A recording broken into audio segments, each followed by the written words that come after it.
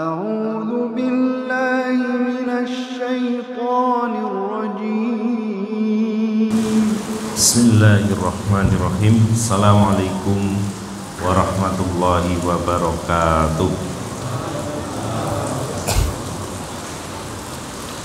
Alhamdulillah wassalatu wassalamu ala rasulillah wa ala alihi wa ashabihi wa man tabi'ahum bi ihsan ila yaumil qiyamah, amma ba'd. Alhamdulillah Bapak Ibu sekalian, pada sore atau malam hari ini kita bisa melanjutkan kajian tadabbur Al-Quran.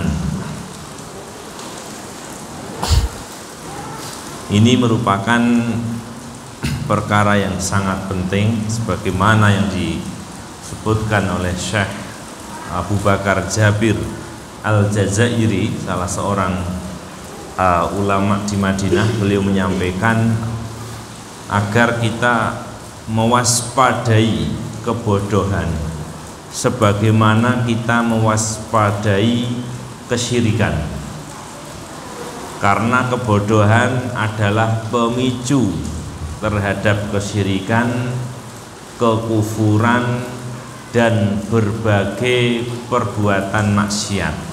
Nah, ini Bapak Ibu sekalian, sehingga solusi yang disampaikan beliau dalam buku khutbah Jumat, ya, solusinya hendaknya semua orang baik di kota maupun di desa, kata beliau, setiap habis maghrib sampai isya itu belajar, jangan pulang, jangan pernah izin kecuali ada undur syar'i. Nah, ini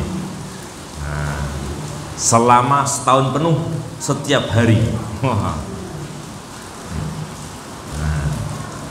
Jadi luar biasa, ya Bapak Ibu sekalian, yang setiap Jumat malam Sabtu sudah bisa hadir antara maghrib sampai isya, ini sudah alhamdulillah. Ya, kita istiqomai sambil kita nanti kita ajak, kita juga kembangkan dengan materi-materi yang lain. Karena saran beliau kalau udah bisa antara maghrib sampai isya kita khususkan untuk majelis ilmu, untuk hadir ke majelis ilmu rutin, ya, tanpa izin kecuali ada undur syar'i, maka insya Allah, ya, kita sudah mewaspadai kebodohan, ya. Karena tiap hari kan tambah pinter, ya. Nah, itu Bapak Ibu sekalian, sehingga jangan sampai kita lupa untuk menambah ilmu, sebagaimana dalam Al-Quran, wa qur rabbi zidni ilma. Jadi Rasulullah satu-satunya doa memohon sesuatu, minta ditambah sesuatu adalah minta tambah ilmu. Wa qur rabbi zidni ilma, ya Allah tambahkanlah ilmu kepadaku. Kemudian Ibu sekalian, kita lanjutkan tadabbur surat Al-Fatihah. Pada pertemuan sebelumnya sudah kita sampaikan ma'anil kalimat, makna arti dari kata yang asing, yang gharib, ya. Kemudian kita masuk yang pertama, ya. Secara global Bapak Ibu sekalian sudah kita sampaikan bahwa isi surat Al-Fatihah ini, ya, ada tiga. Yang pertama berisi tentang ujian pada Allah Subhanahu wa Ta'ala. Kemudian yang kedua adalah tentang penyerahan diri manusia, diri kita secara total kepada Allah Subhanahu wa Ta'ala. Kemudian yang ketiga adalah tentang permintaan yang paling agung, permintaan yang paling besar, permintaan kita kepada Allah Subhanahu wa Ta'ala yang paling besar di dunia ini, yaitu tentang al-hidayah. Kemudian juga sudah kita sampaikan bahwa Al-Fatihah ini terdiri dari 7 ayat, ya. 7 ayat. Namanya adalah Ummul Kitab, nama lain dari Al-Fatihah. Kadang-kadang juga disebut Sab'ul Masani, 7 ayat yang diulang-ulang. Nah, itu Sab'ul Masani. Dan ini Bapak Ibu sekalian adalah surat yang kita baca di dalam sholat sehari semalam, ya, 17 kali kita baca, sehingga hendaknya kita pelajari lebih detail, kita pelajari artinya, ya kan, kita pelajari terjemahannya, kita pelajari tadaburnya dan juga tafsirnya. Bahkan dulu ketika saya belajar Al-Quran di Kudus itu untuk Al-Fatihah itu 3 bulan. Kalau belum 3 bulan itu belum dinaikkan ke Al-Baqarah. Makanya 3 bulan. Jadi kita dari tempat yang jauh montel naik sepeda sampai sana, Bismillahirrahmanirrahim lah, nah gitu. Terus 1 ayat, ya kan, sampai bener. Kalau dirasa sudah ulang gitu ya. Besok lagi gitu, habis subuh. Setiap habis subuh ya sampai jam 6 sebelum sekolah. Nah itu begitu. Nanti alhamdulillah sampai 3 bulan diulang-ulang terus, dan setiap diulang itu pasti ada salahnya. Mungkin karena ahlinya ya, karena ahlinya yang ngajar ya. Nah itu seperti itu. Nah makanya tidak ada salahnya ya kita mempelajari lebih surat Al-Fatihah, karena itu adalah surat yang paling banyak kita baca di dalam sholat ya, di dalam sholat kita. Kemudian juga disebutkan bahwa surat Al-Fatihah tadi disebut Ummul Kitab, induk dari kitab ini. Karena apa? Karena isinya tadi sudah mencakup ya, mencakup dari isi Al-Quran ya, sudah mencakup dari isi Al-Quran ya. Nah itu Bapak sekalian ya. Kemudian kita lanjutkan tadabbur yang pertama, yaitu surat Al-Fatihah ayat di sini 2 sampai 3 ya. Alhamdulillahi Rabbil Alamin, segala puji bagi Allah ya, Rabb semesta alam. Ar-Rahmanir Rahim ya, yang maha pengasih lagi maha penyayang. Maliki Yaumiddin ya, penguasa hari pembalasan ya. Di sini Allah menjelaskan tentang 4 sifat ya. Alhamdulillah 1 ya, Allah menjelaskan tentang nama dan sifat Allah. Yang pertama adalah Allah ya, alhamdulillah. Nah itu di situ ada nama Allah. Kemudian Ar-Rahmanir Rahim yang kedua, yang maha pengasih lagi maha penyayang. Kemudian yang ketiga, yang kedua adalah Rabbul Alamin ya. Yang pertama Allah, yang kedua Rabbul Alamin, yang ketiga Ar-Rahmanir Rahim. Nah kemudian yang keempat adalah Maliki Yaumiddin.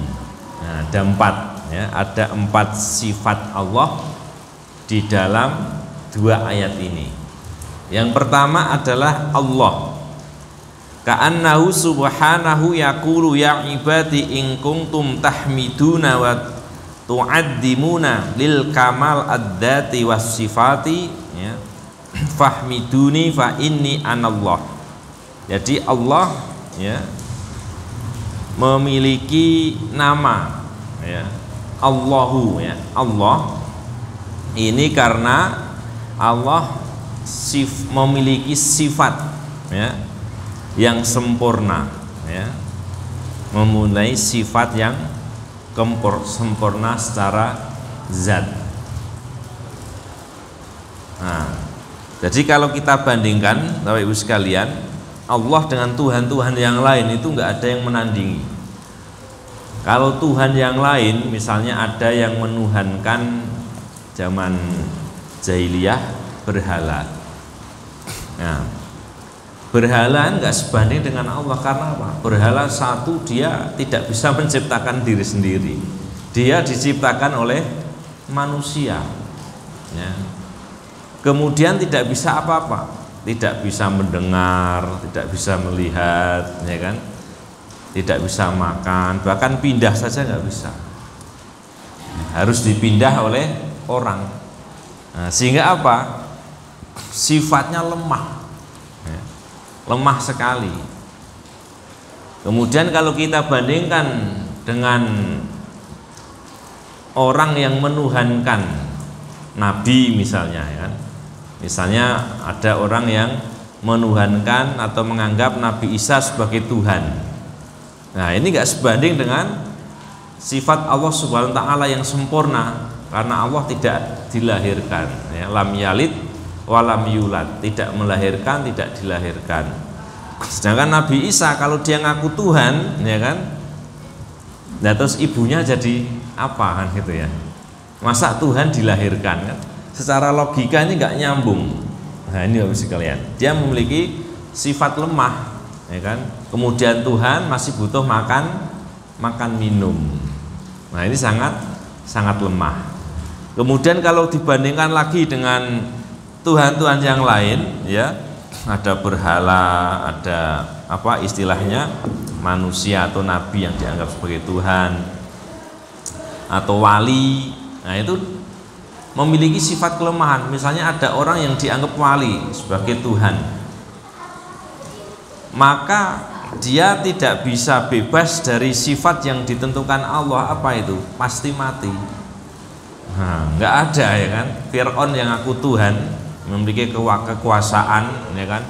Berkuasa atas negara Mesir waktu itu, punya pasukan, punya kekayaan, itu pun mati, ya kan? Artinya apa? Ya lemah, ya, lemah sekali. Apalagi kalau ada orang yang menuhankan jin. Nah, sebagaimana dalam surat Al-Jin ayat 6, wa annahu kana rijalum minal insi ya'uduna birijali minal jinni fazaduhum rohaqa. Jadi zaman dahulu Bapak Ibu sekalian itu sudah ada segolongan manusia minta tolong kepada jin. Nah, dijelaskan dalam tafsir As-Sa'di caranya apa? Ya, caranya harus nuruti permintaannya jin. Apa permintaannya jin? Ya, disembah, dikasih sesajen, ya. Sajen-sajen, gitu kan, kasih korban dan sebagainya. Kalau jin sudah seneng, ya, karena manusia itu taat padanya, maka jin ganti apa? Akan membantu hajatnya manusia. Kalau digambarkan, ya kan, lampunya dilus-lus keluar, sebutkan satu permintaan. Nah, itu gambarannya gitu ya. Jinnya akan membantu permintaannya manusia itu. Kamu minta apa? Minta uang, ya, dicarikan dengan cara jin, ya kan, minta pengen jodoh, pengen apa, nah, itu. Makanya di dalam Al-Quran surat Al-Jin sudah dijelaskan, ya, bahwa cara itu tidak boleh, ya kan. Karena itu berarti dia minta tolong, menghambakan diri kepada jin, dan manusia dalam posisi lemah kalau seperti itu. Nah, padahal jin dan manusia itu sama-sama sebagai hamba, sebagai makhluk. Nah, ini jadi yang pertama ini kita diberitahu, ya, bahwa Allah memiliki nama Allahu dan sifatnya adalah lil al-kamal ad-dati was sifati. Jadi zat Allah Subhanahu wa taala itu maha sempurna, ya. Tidak ada yang menandingi. Nah, ini yang pertama. Sehingga ada doa Bapak Ibu sekalian ketika kita memasuki suatu daerah, ya, doanya adalah bismillahi la yadurru ma'asmihi syai'un fil ardi wala fis sama'i wa huwas samiul alim. Ya, jika kita masuki tempat baru, berada di tempat baru, kita diperintahkan untuk berdoa itu dengan menyebut nama Allah, la yadurru ma'asmihi, yang tidak bisa membahayakan bersama namanya, ya, bersama nama Allah itu, ya. La yadurru ma'asmihi syai'un, sesuatu apapun itu, ya, la yadurru ma'asmihi syai'un fil ardi wala fis sama, ya, di bumi maupun di langit. Nah, jadi itu adalah kalimat yang paling ampuh, ya, paling kuat, sehingga kita tidak boleh takut di mana saja berada. Misalnya di tempat yang gelap, tempat yang angker, ya kan? Ya udah, doa aja, bismillahi la yadurru ma'asmihi syai'un fil ardi wala fis samai wa huwas samiul alim. Ya. Jadi kita yakin, ya, kalau Allah tidak meridhoi, tidak mengizinkan, tidak ada sesuatu pun yang bisa membahayakan kita. Nah, itu doanya. Kadang-kadang kan kita ikut takut, wah iya nanti ada hantunya, angker ini, nah, gitu ya. Akhirnya perasaan takut itu malah apa? Membuat makhluk halusnya tidak takut, gitu ya. Tapi kalau kita bismillahirrahmanirrahim, kita yakin doa dan memang kita tidak berniat mengganggu, ya kan? Tidak berniat merusak, tapi kita hanya lewat dan sebagainya, maka nama Allah itu adalah nama yang paling ampuh. Sehingga para ulama menyebutkan segala sesuatu yang kita mulai dengan bismillah, maka itu menjadi barokah, ya. Bismillah, melakukan apapun bismillah, keluar rumah bismillahirrahmanirrahim, ala Allah la haula wala quwata illa billah, misalnya. Mau makan bismillah, ya kan? Banyak, ya, kita mulai bismillah, mau kajian, mau belajar, ya, kita mulai dengan bismillah, nah, maka perbuatan itu, ya, akan diberkahi oleh Allah Subhanahu wa ta'ala. Karena apa? Karena kita melibatkan kekuasaan atau melibatkan Allah Subhanahu wa ta'ala. Nah, itu yang pertama. Yang kedua, Bapak Ibu sekalian, adalah Rabbul Alamin, ya. Rabb atau penguasa alam semesta. Wa in kana lil ihsani wat tarbiyati wal in'ami fa inni ana rabbul alamin, ya. Kita diperintahkan untuk memuji Allah dengan sifat Rabbul Alamin. Karena apa? Karena Allah itu yang memberikan kebaikan, wa tarbiyah, dan Allah itu yang ngatur alam ini, ya. Wal in'ami, dan Allah itu yang memberikan nikmat kepada kita. Makanya Allah Rabbul Alamin, ya, pengatur alam semesta. Contoh kecilnya hujan, Bapak Ibu sekalian, itu nggak ada manusia yang bisa mengatur hujan, ya, pawang-pawang hujan itu ya nggak bener, ya. Yang disyariatkan kan sholat istisqa, minta hujan itu ada, dan itu mintanya kepada Allah, ya kan? Kalau pawang-pawang terus dengan cara tidak kepada Allah, itu ya keliru. Nah, yang benar kalau memang nggak ada hujan, minta hujannya sholat, nah, istisqa itu. Nah, itu pun Bapak Ibu sekalian, Allah yang maha berkuasa.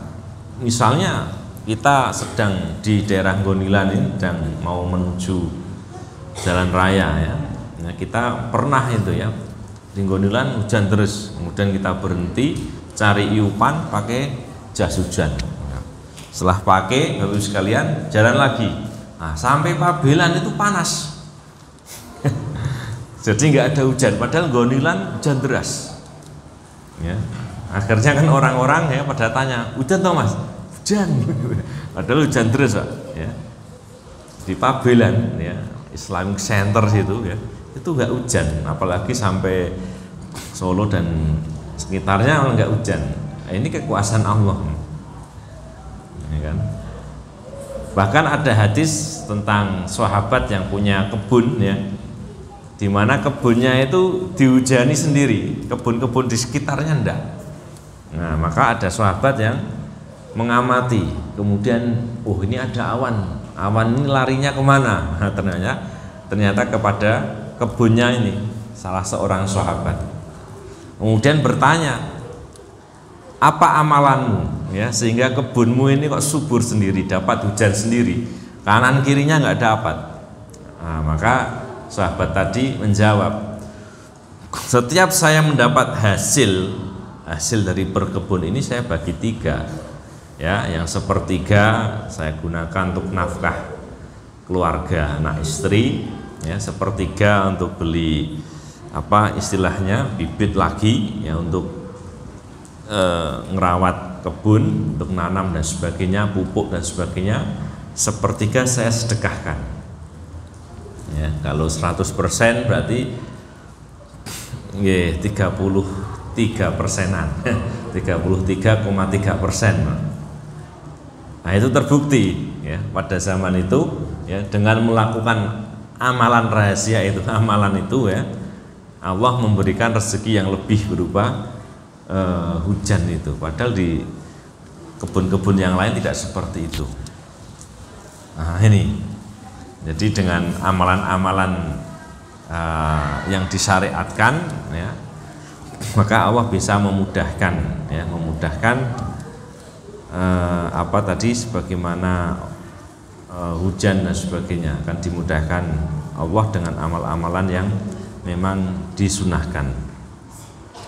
Kemudian wa in kana lirraja'i wat tama'i fil mustaqbali fa inni ana ar-rahmanur rahim ya. Yang ketiga adalah ar-rahmanir rahim ya, yaitu yang maha penyayang, maha pengasih, lagi maha penyayang ya. Karena apa? Karena manusia, Bapak Ibu sekalian, itu memiliki harapan, roja, wa tama'i fil mustaqbali, dia punya keinginan yang banyak pada masa yang akan datang. Makanya ketika kita pengen hal itu ya, maka pujilah Allah dengan menyebut Ar-Rahmanir Rahim ya, Ar-Rahmanir Rahim. Nah ini ada kisah menarik ya, entah sahih atau tidak, yaitu Nabi Ayub diuji dengan Allah, ada didatangkan belalang emas. Nabi Ayub ngambil, belalang emas ya, kumpul ke sebanyak-banyaknya. Kemudian ditegur oleh malaikat, kamu itu nabi kok seneng belalang emas gitu ya, kamu nabi kok kedonyan bahasanya sekarang gitu ya, seneng donya. Nah, maka Nabi Ayub menjawab, siapa yang bisa kenyang dari rahmatnya Allah Subhanahu wa ta'ala. Nah, jadi boleh kita pengen apa, hal-hal di masa yang akan datang yang belum kita punyai sekarang, boleh. Karena apa? Dalilnya itu, siapa yang bisa kenyang dari rahmatnya Allah Subhanahu wa ta'ala. Karena yang kita dapatkan ya dari rahmat Allah. Nah gitu, yang penting kan bersyukur gitu kan. Nah, makanya kalau kita menginginkan, punya harapan, kemudian punya di sini bahasanya at-toma, wat tomai, toma itu keinginan yang banyak. Fil mustaqbal, pada masa yang akan datang, misalnya kita pengen umroh, pengen haji, pengen ngasih beasiswa, pengen bangun masjid. Tadi saya lihat ada orang yang punya cita-cita membangun 1000 masjid ya, baru terbangun 1, berarti masjidnya dikasih nomor 001, 002. Nah, nanti rencananya sampai 1000 seluruh dunia. Nah, itu baru terbangun masjid yang 002 0002. Nah itu ya, ya enggak apa-apa ya. Artinya Ar-Rahmanir Rahim, Allah Maha Pengasih, Allah Maha Penyayang ya. Maka ketika kita menginginkan hal itu ya, kita doanya ya menyebut nama Allah dan sifatnya Ar-Rahmanir Rahim. Wa in kana lil khaufi fa inni ana maliki yaumiddin. Allah di sini yang keempat punya sifat maliki yaumiddin, penguasa hari pembalasan, penguasa hari kiamat.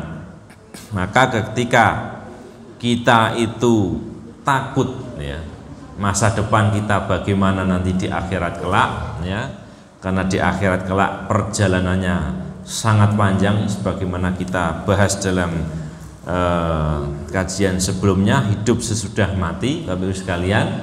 Maka kita bisa berdoa ya dengan Maliki Yaumiddin, ya Allah engkaulah penguasa hari pembalasan. Nah, jadi kita bergantung kepada Allah yang menjadi penguasanya. Nah, gitu Bapak Ibu sekalian ya. Jadi di sini dari ayat Alhamdulillahirabbil alamin Ar-Rahmanir Rahim Maliki Yaumiddin yang bisa kita tadaburi bahwa Allah di sini memiliki 4 sifat ya.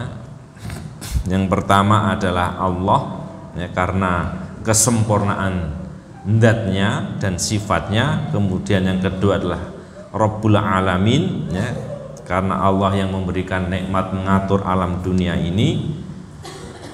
Kemudian Ar-Rahmanir Rahim karena Allah yang memiliki rahmat ya, yang diberikan kepada seluruh makhluknya ya. Kemudian Maliki Yaumiddin, Allah adalah penguasa hari pembalasan ya, Allah yang menguasai hari pembalasan. Nah, inilah yang dimaksud dengan isi Al-Fatihah yang pertama, yaitu berisi pujian.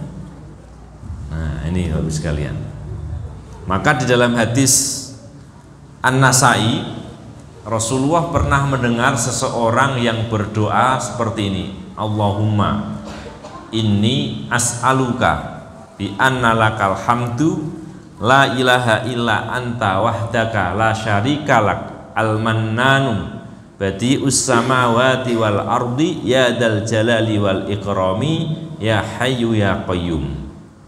Ya, kemudian Rasulullah bersabda kepada para sahabatnya, tidaklah seseorang itu berdoa ya, dengan membaca tadi yang dibaca oleh orang tadi, kecuali apabila dia berdoa akan dikabulkan, apabila dia meminta akan diberikan.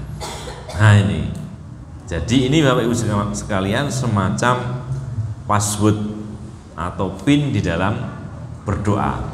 Nah, jadi kalau kita menyebut Allah itu ya harus pakai nama yang benar ya kan.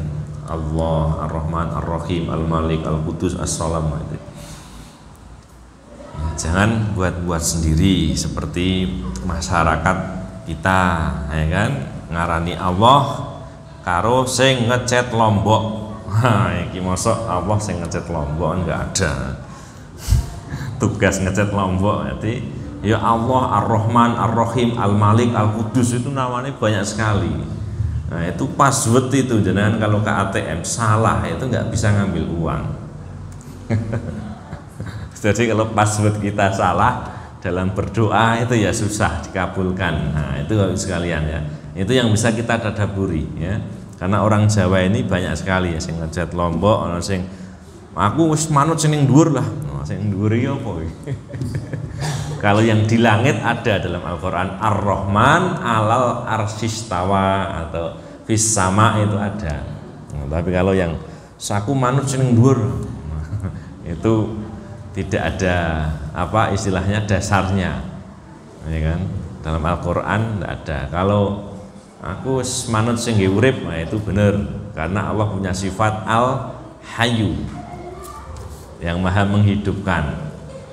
Terus sing ngei rezeki ada Ar-Razzaq ya kan, sing gawe sugih ada Al-Ghani atau Al-Mughni. Al-Mughni itu yang menjadikan kaya. Nah, jadi hendaknya kita memakai nama-nama atau asma ya, Asmaul Husna itu. Enggak usah buat-buat sendiri. Ya kan? Karena kalau kita nuruti buat sendiri atau terbiasa dengan tradisi itu ya nggak ada dasar ilmunya Bapak sekalian ya. Nah itu.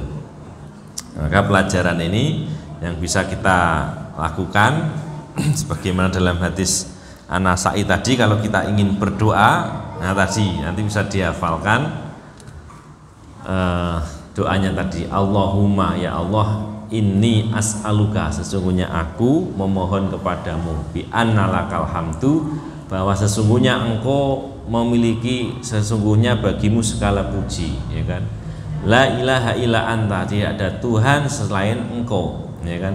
Wahdaka la syarikalah, ya, la syarikalak, ya, tidak ada sekutu bagimu, ya kan. Al-Mannanu, engkau maha pemberi. Badi'us samawati wal ardi, engkau yang menciptakan langit dan bumi. Ya dal jalali wal ikrami, wahai zat yang maha mulia, ya, maha agung, memiliki keagungan dan kemuliaan. Ya hayyu ya qayyum, wahai zat yang maha hidup dan berdiri sendiri. Nah, baru berdoa. Apa doanya? Disebutkan. Nah, maka kata Rasulullah, kalau berdoa akan dikabulkan, kalau minta akan dikasih. Nah, itu contohnya Bapak sekalian, ya. Contoh berdoa dengan menggunakan asma dan sifat Allah. Nah, nanti ada kalau dicari di mana, nanti bisa kita share doanya, ya, karena ada di media sosial, banyak di share itu. Ya. Kemudian yang kedua Bapak sekalian, tadabbur yang kedua masih dalam ayat yang sama, hanya ditambah sampai ayat kelima. Alhamdulillahirabbil alamin arrahmanir rahim maliki yaumiddin iyyaka na'budu wa iyyaka nasta'in, hanya kepadamulah kami menyembah dan hanya kepadamulah kami mohon pertolongan. Ihdinas siratal mustaqim, tunjukilah kami jalan yang lurus. Lama kana su'alullahi al-hidayah ila siratil mustaqim ajallul matalibi wa nailihi asraful mawahibi, allamahullahu ibadahu kaifiyata su'alihi wa amarahum an yuqaddimu baina yadayhi hamdahu wassana'u alaihi wa tamjiduhu thumma dakara ubudiyatahum wa tauhidahum, fahatani wasilatani ila matlubihim, tawassul ilaihi bi asma'ihi wa sifatihi wa tawassul ilaihi bi ubudiyatihi, wa hatani alwasilatani la yakadu yuraddu ma'ahuma ad-du'a. Nah, ini diambil dari kitabnya Ibnu Qayyim, ya. Di sini dijelaskan Bapak Ibu sekalian bahwa meminta hidayah agar ditunjukkan jalan yang lurus itu merupakan ajallul matalibi, permintaan yang paling agung, permintaan yang paling besar. Nah, jadi kita minta ihdinas siratal mustaqim, ya Allah tunjukinlah, ya, tunjukilah jalan yang lurus, itu adalah permintaan yang paling agung, sebagaimana dijelaskan oleh Ibnu Qayyim. Jadi kalau kita minta anak, ya kan, minta rezeki, minta rumah, kendaraan, kesehatan, itu masih di bawah yang namanya hidayah kepada siratal mustaqim, pada Islam itu. Jadi yang paling tinggi, ya, permintaan yang paling tinggi adalah meminta petunjuk, ya, agar kita ditunjukkan, ya, berada di dalam siratal mustaqim, ya. Karena meminta hidayah, ya, siratal mustaqim ini merupakan permintaan yang paling tinggi, ya, maka Allah mengajari para hambanya bagaimana cara memintanya. Nah, ini jadi diajari, Pak. Jadi kalau dalam hidup sehari-hari kita pengen dapat uang ratusan receh, itu kan caranya mudah. Ngamen, ya, receh, ngemis, itu bisa dapat recehan. Atau preman, itu bisa dapatlah 1.000, 2.000 parkir. Tapi kalau pengennya miliaran, triliunan, itu caranya ya berbeda, ya kan, caranya berbeda. Makanya di sini disebutkan karena hidayah itu adalah apa istilahnya permohonan yang paling tinggi, kemudian orang yang mendapatkannya itu berarti mendapatkan hal yang paling besar, maka cara memintanya itu harus diajari oleh Allah. Nah, nggak sembarangan, ya, nggak boleh sembarangan. Maka apa caranya? Wa amarahum an yuqaddimu baina yaday hamdahu wa sana alaihi wa tamjidu, ya. Tsumma dzakara ubudiyatahum wa tauhidahum. Nah, kita diperintahkan yang pertama kali dengan memuji Allah dulu. Ya, kita memuji Allah Subhanahu wa taala dahulu. Kita mentauhidkan Allah Subhanahu wa taala dahulu di dalam beribadah. Ya. Fahatani wasilatani ila matlubihim. Karena ada dua cara, ada dua wasilah agar doa kita, permintaan hidayah kita itu dikabulkan oleh Allah. Yang pertama adalah tawassul ilaihi bi asma'ihi wa sifatihi, ya, yaitu bertawassul dengan nama dan sifat Allah tadi. Ya, alhamdulillahirabbil alamin arrahmanirrahim maliki yaumiddin, ya kan? Kemudian yang kedua wa tawassul ilaihi bi ubudiyatihi, ya, kita tawasul kepada Allah dengan memurnikan ibadah kepada Allah Subhanahu wa taala. Jadi yang pertama kita harus memuji, mengagungkan, menyebut asmaul husna yang kita tahu, kita hafal. Yang kedua adalah dengan memurnikan ibadah kita sebagaimana dalam iyyaka na'budu wa iyyaka nasta'in. Maka kata Ibnu Qayyim al-Jauziyah di sini, dua wasilah ini, ya, kalau kita lakukan di dalam doa, maka apa Bapak sekalian? Maka doa itu pasti dikabulkan, tidak pernah tertolak. Nah, tadi kalau nggak hafal yang tadi saya sebutkan dalam hadis, ya bisa juga alhamdulillahirabbil alamin arrahmanirrahim maliki yaumiddin iyyaka na'budu wa iyyaka nasta'in. Nah, baru berdoa. Nah, ini sebagai muqaddimahnya kita baca tadi alhamdulillahirabbil, karena di situ ada pujian kepada Allah, ya, kemudian ada apa istilahnya penyerahan diri secara total, iyyaka na'budu wa iyyaka nasta'in, baru kita sebutkan doa kita. Nah, tapi kalau yang lebih detail dalam hadis tadi, Allahumma inni as'aluka bi anna lakal hamdu la ilaha illa anta wahdaka la syarika lak al-mannanu, gitu ya, banyak menyebutkan asmaul husna. Nah, itu sekalian, ya. Dan ini bisa kita lakukan dalam hal-hal yang lain dalam setiap doa kita, yaitu kita mulai dengan memuji Allah Subhanahu wa ta'ala.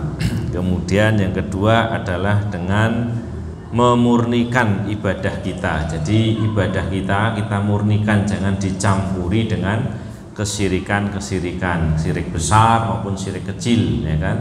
Syirik besar misalnya ada orang ke kuburan kemudian doa, wahai syekh, ya kan, tolong doakan, ya kan, saya mendapatkan rezeki. Nah, itu kalau masih hidup boleh, orang soleh, ya kan. Bahkan ada salah satu rahasia seorang ulama itu mendapatkan kecerdasan apa? Pokoknya setiap saya mendengar ada orang yang soleh atau tahu ada orang yang soleh, saya pasti minta didoakan. Pak, tolong doakan saya, Pak, ya, kabul hajate, atau saya pengen kuliah, saya pengen belajar, Pak, doakan, yes, amin amin. Nah, setiap dengar orang yang soleh atau lihat orang yang soleh, dia pasti minta didoakan. Nah, itu kalau masih hidup. Kalau sudah meninggal, ya, orang mati ya udah nggak dengar. Nah, ini ya sekalian, ya. Jadi kalau masih hidup boleh, silahkan. Nah, yang di sini yang menjadi wasilah adalah asma wa sifat Allah. Kemudian yang kedua adalah dengan memurnikan ibadah kita kepada Allah Subhanahu wa ta'ala. Kemudian yang ketiga, iyyaka na'budu wa iyyaka nasta'in, ya. Hanya kepadamulah kami menyembah dan hanya kepadamulah kami mohon pertolongan. Di sini dijelaskan Bapak Ibu sekalian, ya, dzikrul isti'anah ba'dal ibadah, ya, bahwa memohon pertolongan Allah disebut iyyaka nasta'in sesudah iyyaka na'budu, ya. Jadi disebutkan hanya kepadamu kami menyembah, baru hanya kepadamu kami mohon pertolongan. Hal itu karena apa? Ya, lihtiyajil abdi fi jami'i ibadatihi ilal isti'anati billahi ta'ala. Fa in lam yu'inhu Allahu lam yahsul lahu ma yuriduhu min fi'lil awamiri wajtinabin nawahi. Karena pada dasarnya Bapak Ibu sekalian, dalam setiap ibadah itu kita perlu kepada pertolongan Allah Subhanahu wa ta'ala. Karena kalau Allah tidak menolong kita, ya, dalam menjalankan ibadah, maka tidak seorang pun bisa melaksanakan hal-hal yang diperintahkan atau menjauhi hal-hal yang dilarang. Kita pengen ke masjid, tapi kalau Allah jadikan hati kita itu berat, males-malesan, nah itu ya nggak jadi ke masjid, ya kan? Alasannya banyak, hujan, gerimis, padahal nggak terlalu gitu ya. Alasannya banyak, wah kamu kan habis tadi capek ya, sholat di rumah aja, nah, nggak jadi ke masjid, ya kan? Wah sekali-kali nggak ke masjid lah, nggak apa-apa. Nah itu.